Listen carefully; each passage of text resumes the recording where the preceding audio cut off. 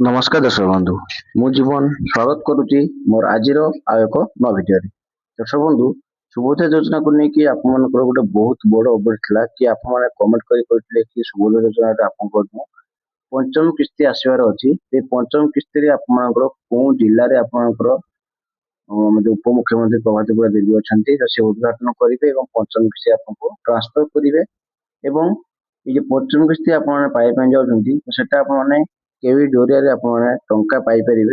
एवं केते लोक केते कोटी टंका सेंक्शन होती सुबोध योजना को तो से विषय में टोटाल डिटेल्स आपको भिडियो जनवाई जाऊँगी पूर्व जदि आपने भिडियो नुआ अच्छा भिडियो को लाइक करदे चैनल टी सब्सक्राइब करने जमा ही भूलु दर्शक बंधु आपने सब जानते सुबोध योजना आपको सरकार दुईटी किस्ती टंका देता गोटे हूँ आपर महिला दिवस एवं आउ गोटे हूँ आपर राखी पूर्णिमा तो ये राखी पूर्णिमा और महिला दिवस आप दुईटी किसी टंका देते जहाँकि वर्षक आपने 10,000 टंका आपने पाई 10,000 टकर 5 वर्षर आप सरकार कहते कि 50,000 टंका आपको देवे तो बर्तमान जेहेतु आपको राखी पूर्णिमा आसूची जहाँकि आपंकर 28 तारिख में पड़ुची आप राखी पूर्णिमा ये 28 तारिख में आपको 16,000 टंका दिजाए बोली आपंकर कहुई तो चलतु ये विषय किसी अधिक तथ्य जाना कि आपंकर पैसा केमी आप पाइबे एवं आपंकर कौ जिले आपको टंका दिज्व केते कोटी टंका सेंक्शन होती तो से सब चलतु डिटेल्स जाना आपको गोटे पेपर मध्यम आपको जन दूसरी देखो ये आपको लिखाई कि 1.3 कोटी टंका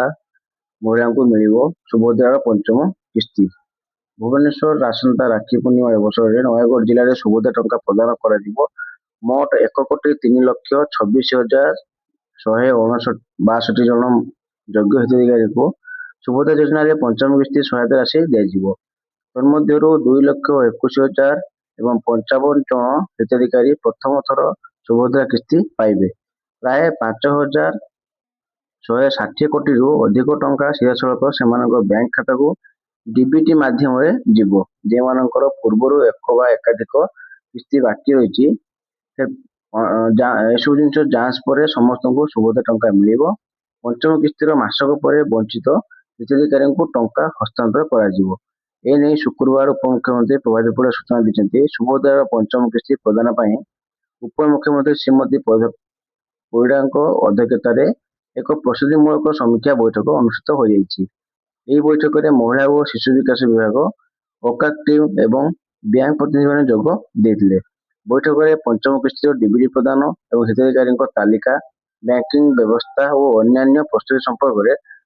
उपमुख्यमंत्री सर्वशेष समीक्षा करते हिताधिकारी मैंने जपरी कौन असुविधार सम्मुखीन न होती से आवश्यक पदक्षेप ने संपुक्त अधिकारी और बैंक प्रतिनिधि को निर्देश देते तो यहाँ टोटाल मानने पेपरटा आप पढ़ी जनदेली कि आपको ये लक्ष्य करूँ ये आपको लिखाई कौन